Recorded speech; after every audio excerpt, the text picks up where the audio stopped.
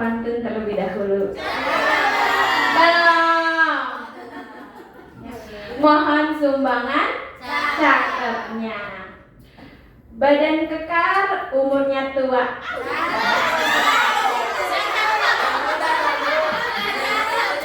Ya. Bawa pacul untuk bertani.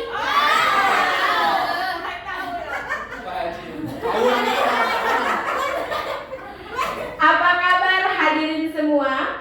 Selamat datang di acara ini. Assalamualaikum warahmatullahi wabarakatuh.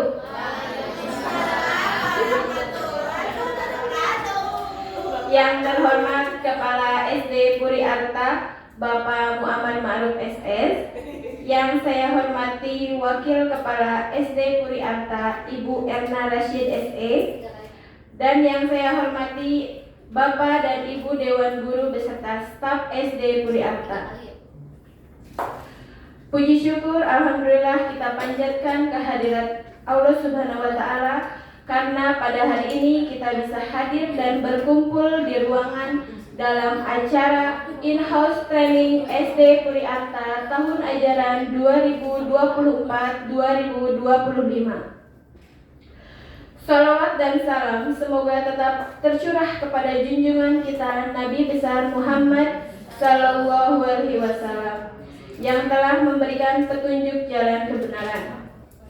Bapak dan Ibu yang saya hormati, adapun susunan acara pada hari ini adalah sebagai berikut. Yang pertama yaitu pembukaan, yang kedua yaitu menyanyikan lagu Indonesia Raya dan Marsya PA, yang ketiga yaitu pembacaan doa, yang keempat yaitu materi pertama terkait memaknai sekolah yang berkualitas, yang kelima yaitu materi kedua mengidentifikasi, merefleksi, dan membenahi rapat pendidikan, dilanjutkan dengan pembentukan tim pengimbasan, dan materi yang ketiga yaitu coaching, mentoring, fasilitasi, serta persiapan MPLS, dan yang terakhir yaitu penutup. Memasuki acara yang pertama yaitu pembukaan. Marilah kita buka acara ini dengan mengucapkan basmalah secara bersama-sama. Bismillahirrahmanirrahim.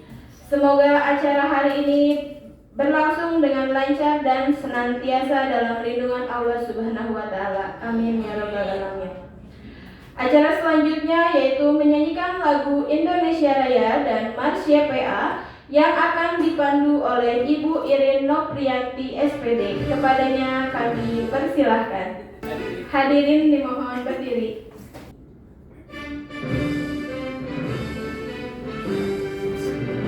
Indonesia tanah airku, tanah tumpah darahku.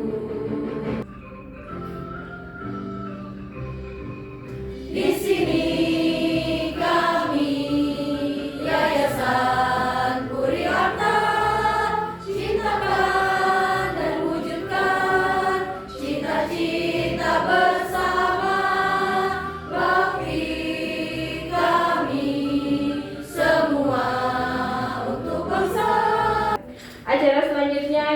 pembacaan doa yang akan dipimpin oleh Bapak Yusron Jailani. Kepadanya kami persilahkan.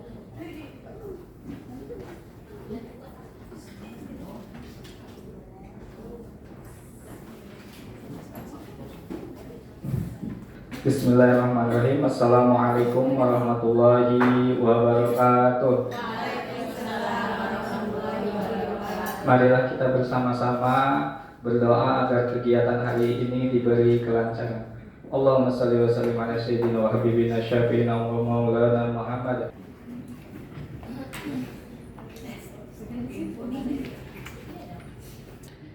Bismillahirrahmanirrahim. Assalamualaikum warahmatullahi wabarakatuh. Bagaimana kabarnya rekan-rekan hari ini?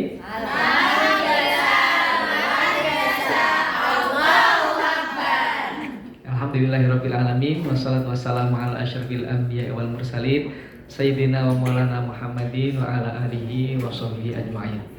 Allahumma rabbi shrah li sadri wa yassir li amri wahlul 'uqdatam min lisani yafqahu qawli. Amma ba'd. Senang sekali pagi hari ini dapat berjumpa di tempat yang nyaman ini, bercermin terhadap diri kita sendiri. Apakah kita ini sudah menjadi sosok yang menyenangkan, atau yang sudah membuat anak semangat ke sekolah, atau jangan-jangan malah kita ini yang membuat anak ini males, sebel, atau nggak mau sekolah atau takut, ya. Lingkungan sekolah secara berkala ini identiknya kebangunan saja menurut saya gitu.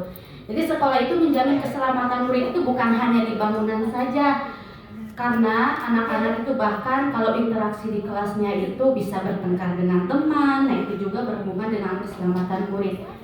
Pengalaman yang saya alami itu, yang saya rasakan sendiri itu, sekolah belum bisa menjamin keselamatan murid karena masih ada beberapa murid yang kadang kita belum bisa mengawasi sepenuhnya, sehingga ada murid yang terluka. Nah, seperti itu, Pak. Oke. Terima kasih. Sudah, Bu Elsa, Bu Ella? Kualitas seperti yang kita cita-citakan bersama.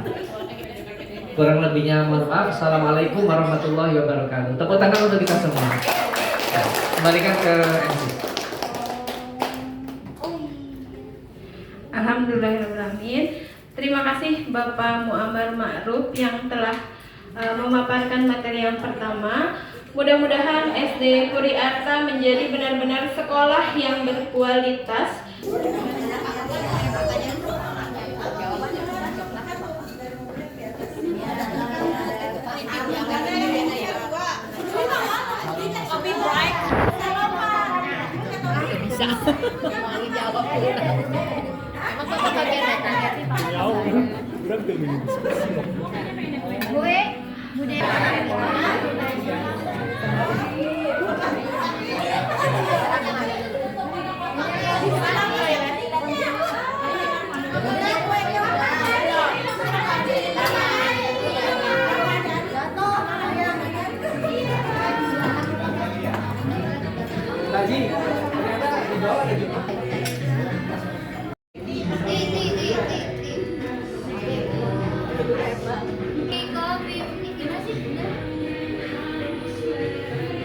Assalamualaikum warahmatullahi wabarakatuh.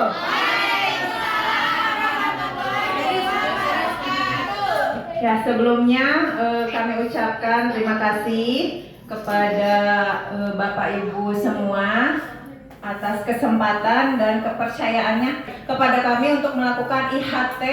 Saya dan rekan-rekan saya akan menjelaskan, menyampaikan materi atau sharing tentang identifikasi, refleksi, dan benahi raport pendidikan. Sebelumnya, sebelum ke materi yang kedua ini, kami minta teman-teman untuk membuka akun Belajar ID-nya, karena kita akan sama-sama mengidentifikasi raport pendidikan SD Puri Arta. Mangga dibuka laptopnya. Pendidikan yang tadi sudah dibuka. Pesan kondisi satuan pendidikan. Tadi sudah dibacakan sama Bu Silvi bahwa dibandingkan tahun 2023, iklim kebinekaan SD Puri Arta mengalami peningkatan paling tinggi di antara indikator yang lain. Dari seluruh capaian tahun ini, iklim kebinekaan menjadi indikator dengan pencapaian terbaik. Nah, kenapa malah iklim kebinekaan yang menjadi indikator paling baik? Ada yang tahu? Karena salah satu penilaian pencapaian yang ingin diharapkan di sekolah kurikulum merdeka adalah literasi, maka saya akan memperbanyak literasi, walaupun yang disentuhnya adalah guru. Tujuan kita hari ini pada gak sabar banget sih. Apa? Diskusi tentang bagaimana merencanakan perbaikan pembelajaran di era kurikulum merdeka. Bapak Ibu tentunya saat ini sedang sibuk mempersiapkan bahan ajar ya, perangkat pembelajaran, betul? Kegiatannya untuk sesi ini adalah pembentukan tim pengimbasan. Sebagaimana teman-teman ketahui, kita menjadi sekolah penggerak ini sudah memasuki tahun keberapa ya? Ada yang ingat nggak? Tahun ke? Ya, tahun pertama kita mengimplementasikan kurikulum Merdeka untuk kelas 1 dan 4. Tahun kedua ditambah kelas 2 dan 5. Tahun ketiga 3 dan 6 keseluruhan. Dan untuk tahun ini kita mendapat amanah dari pemerintah karena sebagai sekolah penggerak angkatan pertama untuk berbagi mengimbaskan ke 3 sekolah yang sudah ditunjuk oleh Dinas Pendidikan. Yang pertama yaitu ke SD Margakaya 2 Kecamatan Teluk Jambe Barat. Yang kedua SD Parungsari 2 Teluk Jambe Barat juga. Dan yang terakhir SD Teluk Ambulu 1 Kecamatan Batu Jaya. Dan karena tugasnya ini adalah tugas SD Puri Arta, bukan tugas saya seorang ataupun Bu Erna ataupun tim komite pembelajaran. Jadi hari ini minta bantuan teman-teman semuanya untuk tergabung di dalam tim yang mengimbaskan ke 3 sekolah tersebut. Semuanya ya, tidak terkecuali. Jadi nanti teman-teman yang tergabung dalam tim ini akan berkolaborasi satu sama lain untuk mengidentifikasi tadi yang sudah disampaikan oleh Bu Tati, raport pendidikan dari masing-masing sekolah, apa yang perlu diidentifikasi, apa yang perlu dibenahi, kemudian juga sharing kepada sekolah tersebut. Ya, identifikasi, refleksi, kemudian dibenahi. Pembenahannya nanti berkolaborasi dengan sekolah yang dituju. Ya, saya tayangkan sedikit ini ya, lini masanya. Ini lini masa pengimbasan. Dimulai sekarang bulan Juli. Di bulan Juli ini perencanaan. Ya, perencanaan dimulai dengan sekolah pengimbas dan sekolah imbas menyusun dokumen rencana kerja pengimbasan menggunakan analisis rapor pendidikan. Jadi nanti setelah kita bentuk tim hari ini, nanti tim itu akan berkunjung ke sekolah imbas untuk bersama-sama mengidentifikasi rapor pendidikannya. Kemudian lini masa di bulan Agustus sampai terakhir di bulan Desember. Bulan Agustus ini kita mengadakan refleksi ke sekolah imbas, refleksi sekolah kita pengimbas dengan sekolah imbas sampai terakhir bulan Desember. Ya. Alhamdulillah kita mempunyai komite pembelajaran yang solid. Tadi sudah menyampaikan materi. Ada Bu Silvi, Bu Tati dengan Pak Haji Wana, dan tentu saja saya dengan Bu Erna. Nanti akan dibuat 3 tim. Jadi keseluruhan teman-teman yang ada di sini akan dibagi menjadi 3. Timnya Pak Haji Wana, kemudian timnya Bu Silvi, yang ketiga timnya Bu Tati. Tolong dong Bu Tati, Bu Silvi dengan Pak Haji ke depan, ikut bareng saya di sini mendampingi saya. Kamu sendirian nih Bapak. Ya, dan juga Bu Erna. Ya. Merem Pak, merem. Ya. Ya. Langsung dibuka. Pak Yusron nomor 3 SD Teluk Kambulu. Timnya Bu Tati. Pak Sono nomor 3 juga. Ya, bismillahirrahmanirrahim. Assalamualaikum warahmatullahi wabarakatuh. Waalaikumsalam. Kita mulai saja ya. Sebetulnya ini hanya pengetahuan sekilas mengenai coaching, mentoring, dan fasilitasi. Ini adalah sebuah kegiatan pendampingan karena kita melakukan pengimbasan.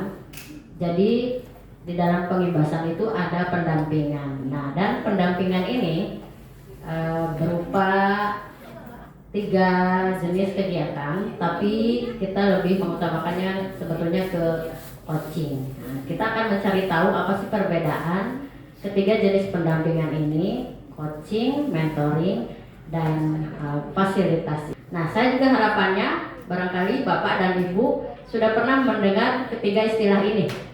Nah, mungkin ada yang bisa mengungkapkan apa sih bedanya coaching, mentoring, dan fasilitasi.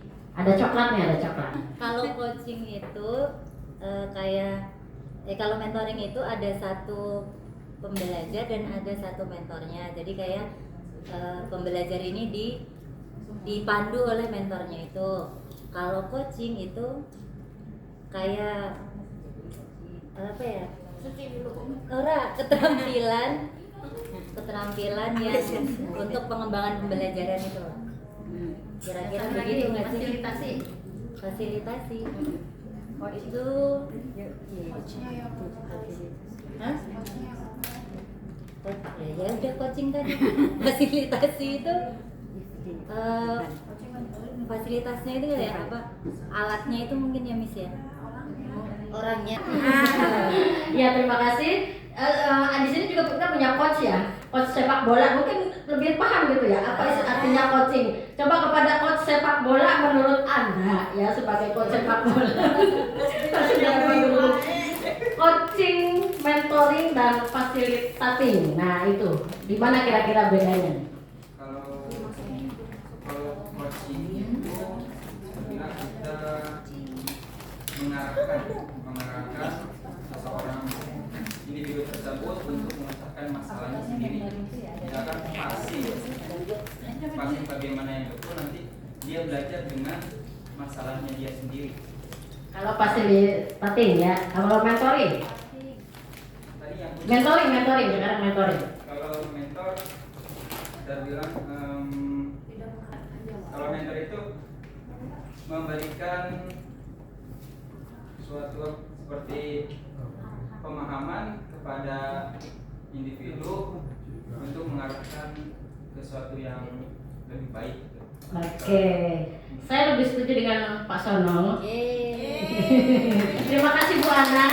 Ya, dilengkapi oleh Pak Sono. Nah ini dia ya bedanya antara coaching, fasilitasi, dan mentoring ya. Jadi kalau mentoring itu seperti yang mengajarkan ya, satu arah, informasinya dari yang pemilik pengetahuan kepada namanya mentee, mentor ketemu mentee. Jadi kalau mentoring itu dari yang berpengetahuan kepada yang perlu informasi, ya jadi satu arah. Kemudian kalau facilitating atau memfasilitasi menyediakan apa yang dibutuhkan oleh orang yang memerlukan itu. Kalau coaching, nah ini sebetulnya seperti curhat.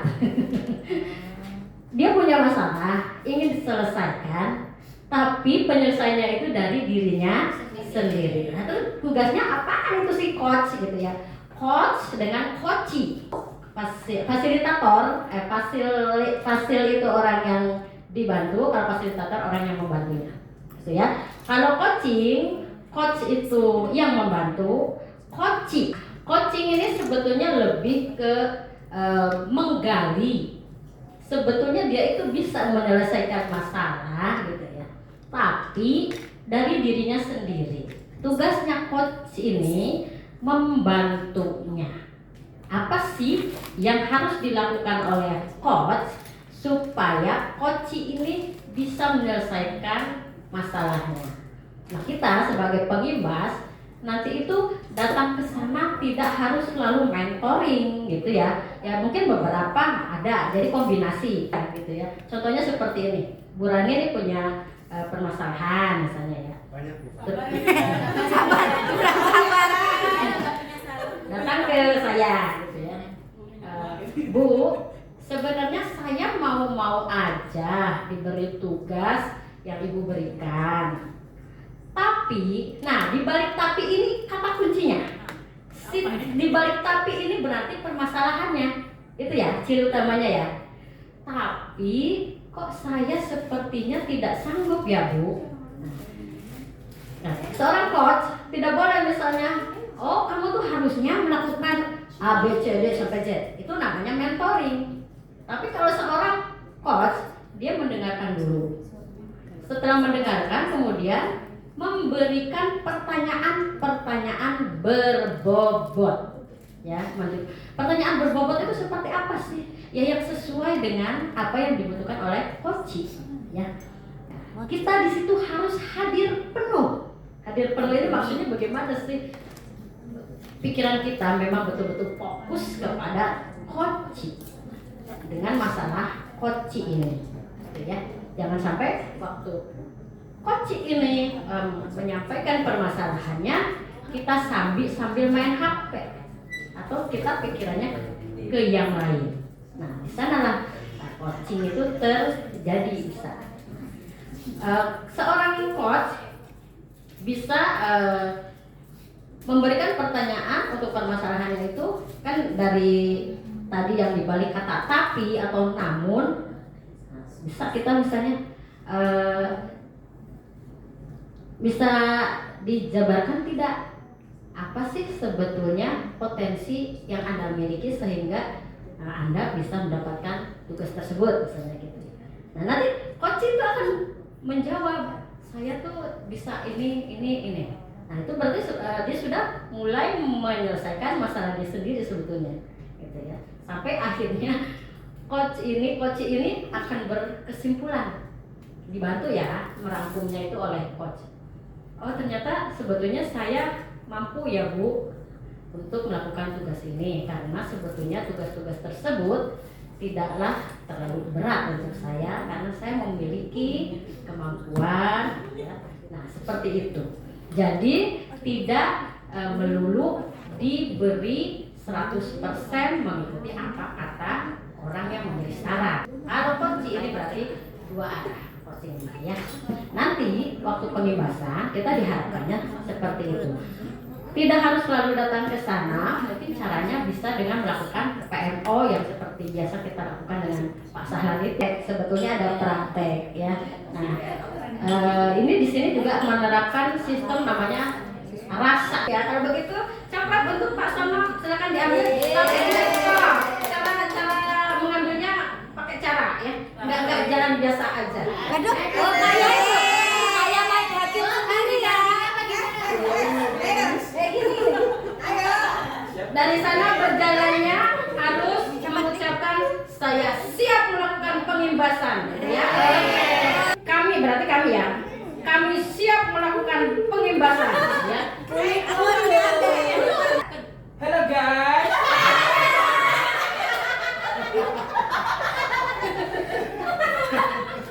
Geli banget kayaknya. Ada yang sudah siap? Siap. Siap apa coba?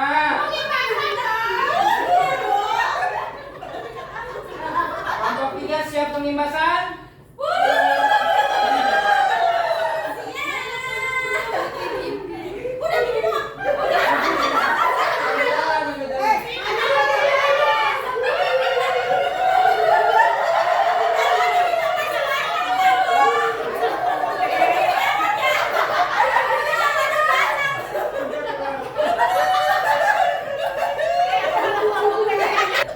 Astagfirullah, hadiahnya tidak sebanding. Ya, terima kasih untuk kelompok 3, tepuk tangan. Kelompok 3 sudah siap melakukan pengimbasan. Mohon diterima. Ya, itu juga sekaligus kita ice breaking ya. Berikutnya kita akan masuk ke materi MPRS. Terima kasih kepada Bu Rani yang sudah menyediakan presentasi saya pakai Canva, bagus banget. Ya, nanti kebayang kan kelasnya Bu Rani kelas 1 seperti apa?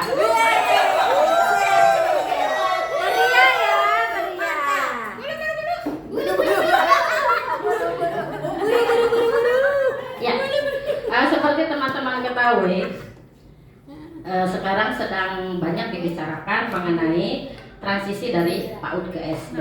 TK itu PAUD ya, pendidikan anak usia dini.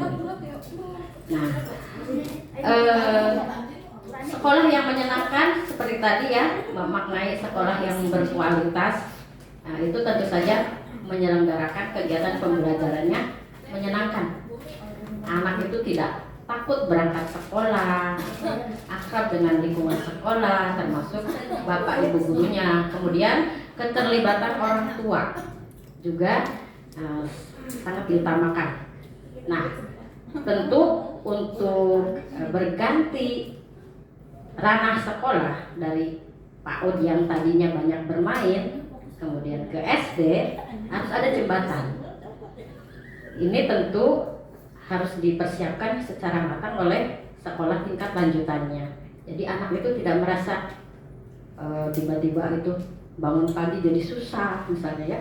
Tadinya anaknya di PAUD itu berprestasi, terus kenapa kok anak saya tiba-tiba jadi pemulung? Itu adalah hal yang harus dicari tahu. Nah, maka pemerintah sedang menggalakkan namanya MPLS PAUD transisi ya. Alhamdulillah saya dengan Bu Rani sudah melakukan pelatihan walaupun secara daring, tapi saya melihat ini melengkapi. Sebetulnya SD Puri Arta sudah melaksanakan hal-hal yang diharapkan menjadi MPLS di masa transisi. Kita bersikap ramah, menyambut, kemudian juga melakukan observasi sehingga kita bisa mengetahui bagaimana cara anak belajar dan karakternya di awal-awal sebelum mereka bergabung dengan SD Puri Arta. Dan alhamdulillah dilengkapi lagi dengan sekarang dicanangkan oleh pemerintah bahwa harus ada MPLS transisi PAUD ke SD. Saya siap melaksanakan MPLS tahun 2020.